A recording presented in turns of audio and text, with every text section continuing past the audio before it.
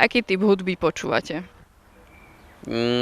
Typ hudby veľmi rôznorodé a často sa mi to mení, ale tak skoro všetko od rapu cez nejaké techno, modernejšie hudby alebo tak, aj rock alebo metal alebo takéto veci, rockové kapely ma celkom zaujímali, takže kadečo, veľa toho. A počúvate skôr na relax, alebo možno na nejakú motiváciu, alebo vychutnávanie si práve tej hudby? Všetky druhy, ale podľa nálady, keď sa chcem hodiť do pohodičky, tak si pustím niečo také fajn, pomalé a zase niekedy inokedy by som preferoval niečo riadne rýchle a dynamické. A kedy tak najviac počúvate? Ráno, večer?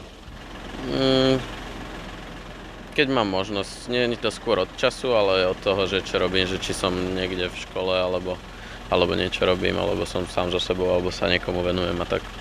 A máte aj nejakého obľúbeného interpreta? Nemám nejakého jedného favorita, mením to veľmi často. A aký hudobný štýl je taký pre vás, čo by ste nikdy akože nepočúvali? Taký asi nemám.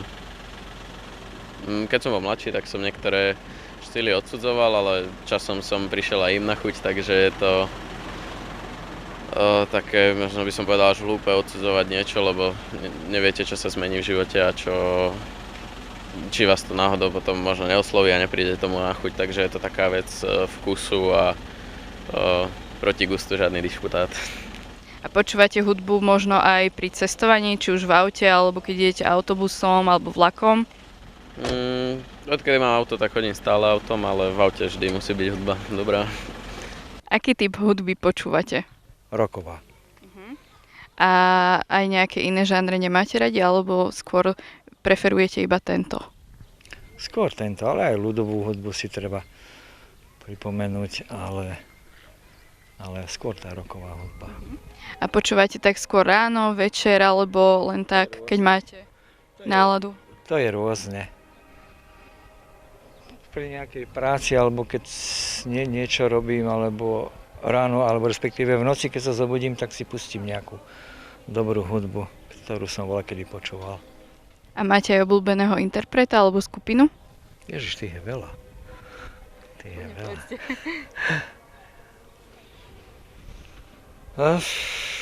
Collins. Phil Collins, toho rád počúvam. A aký bol možno váš hudobný štýl kedysi a teraz? Či sa to zmenilo? Nezmenilo sa. Ostal som pri rockovej hudbe. Ešte od malička, no a teraz to pokračuje už také vychutnávanie si tej hudby. A chodíte aj na koncerty? Už teraz nie. Ale voľakedy som bol na viacerých koncertoch. A taký váš obľúbený, čo vám tak utkvel v pamäti? Si ani nespomeniem.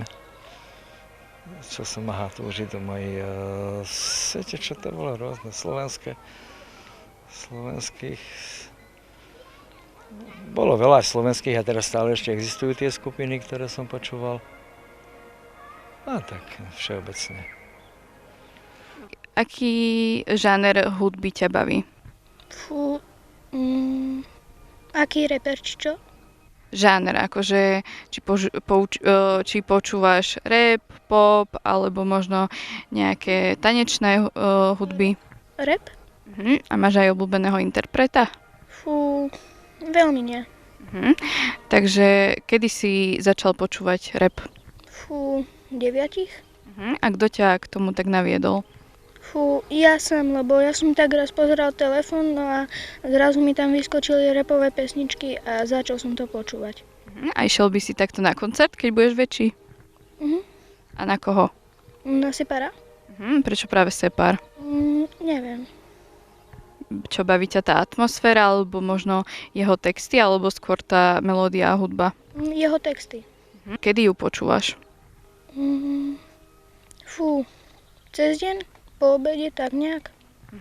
A skôr teda rád počúvaš hudbu o samote, alebo možno s niekým? O samote? A máš teda radšej slúchadlá ako reprák? Ani nie. Prečo? Lebo reprák tam to môžeme aj nejak vytuniť, na slúchatkách to sa nedá. A keď cestuješ, tak si pustíš do sluchatok? Aký typ hudby počúvate? Poviem pravdu, že ja veľmi nepočúvam hudbu, pretože ja keď prídem z práce, kde je teda dosť také hlučné prostredie v škôlke, tak človek chce troška vypnúť a má také ticho. Takže ja moc hudbu si až tak nepúšťam, ani rádio a chcem také skôr ticho a prírodné zvuky. A keď už si pustíte tú hudbu, tak skôr si pustíte teda nejakých obľúbených interpretov, ak teda máte? Áno, keď už, tak si pustím takých slovenská populárna hudba. A počúvate napríklad aj rádio v aute, keď niekde cestujete?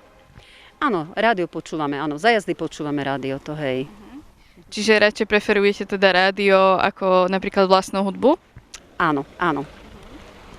A vedeli by ste mi možno odporúčiť nejaký štýl alebo žáner, teda, ktorý by možno mohli počúvať mladší ľudia, ktorý nie je docenený? Možno tá naša taká slovenská populárna hudba, neviem, aj Peter Nať, Smorík, Smatanová, títo interpreti, ja ich až tak často nepočujem v tom rádiu, tak možno by sa im malo dať viacej priestoru. Aký typ hudby počúvate? Je to hlavne rap, po prípade elektronická hudba, ale väčším je to ten rap, po prípade slovenský, ale keď už to príde, je tam tá elektronická hudba, už či drum and bass, uptempo, techno, čo príde pod ruku. A skôr počúvate hudbu na relax alebo možno na nejakú motiváciu alebo vychutnávanie si? Je to hlavne podľa situácie, ako sa aj človek cíti, ale tak väčšinou je to na také prebudenie, nabudenie do dňa, aby som sa cítil lepšie a aby som si niečím vyplnil ticho.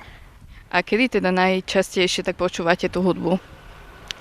Skoro 24/7.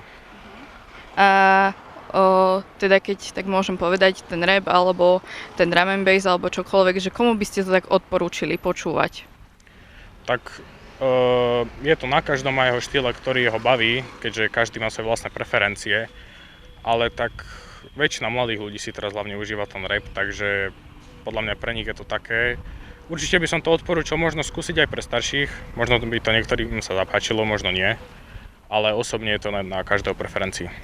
A chodíte aj na koncerty alebo možno teda nejaké vystúpenia? Chodievam hlavne na vystúpenia artistu Kanyeho Westa, ale inak nezvyknem veľmi na slovenské a takéto. Takže festivaly vás nelákajú? Ani nejaké podobné, možno jarmočné nejaké festivaly alebo podobne? Veľmi nie. A chodívali ste niekedy aj na diskotéky? Zvykol som, áno. A aké, ak sa môžem teda spýtať? Väčšinou to bývali oldies party Rádia Vlna vo Vyhniach, keďže býval som tam. A bývalo to dosť také zaujímavé, hlavne na to, že vyrastal som na takých starších pesničkách a dosť mi to pomohlo, hlavne v mojom výbere štýlu hudby a bolo to dosť záživné. A máte aj nejakého obľúbeného interpreta? Tak určite tak z krajín cudzích to môže byť napríklad ten Kanye West, ale zo Slovenska, hlavne napríklad z okolitej scény je to napríklad Tony 214, Henchue, Padák alebo Nox.